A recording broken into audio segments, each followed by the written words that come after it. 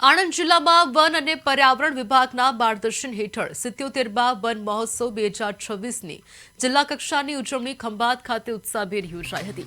Cabinet મંત્રી અને ધારાસભ્ય રમણભાઈ સોલંકીના અધ્યક્ષસ્થાને યોજાયેલ આ કાર્યક્રમમાં પર્યાવરણનું જતન, વધુમાં વધુ વૃક્ષારોપણ અને સંવર્ધન અંગે જાગૃતિ ફેલાવવાનો મુખ્ય ઉદ્દેશ્ય રહ્યો હતો।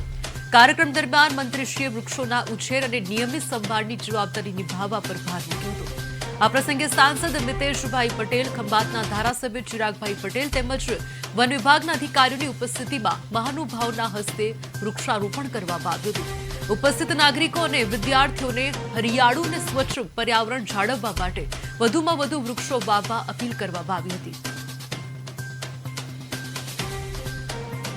તો આવનારા સમયની અંદર પણ આણંદ જિલ્લો સામાજિક વનીકરણમાં અગ્રેસર રહે એવી વિશેષ વાત પણ અહીંયા કરવામાં આવી છે અને આજે ખૂબ મોટી સંખ્યામાં પ્રાકૃતિક પ્રેમીઓ, ખેડૂતોએ અને સાથે સાથે જેઓ આ પર્યાવરણની રક્ષાની ચિંતા કરે છે એવા તમામ સમુદાયો આજે ઉપસ્થિત રહી અને આજે આ કાર્યક્રમને શોભાવ્યો છે।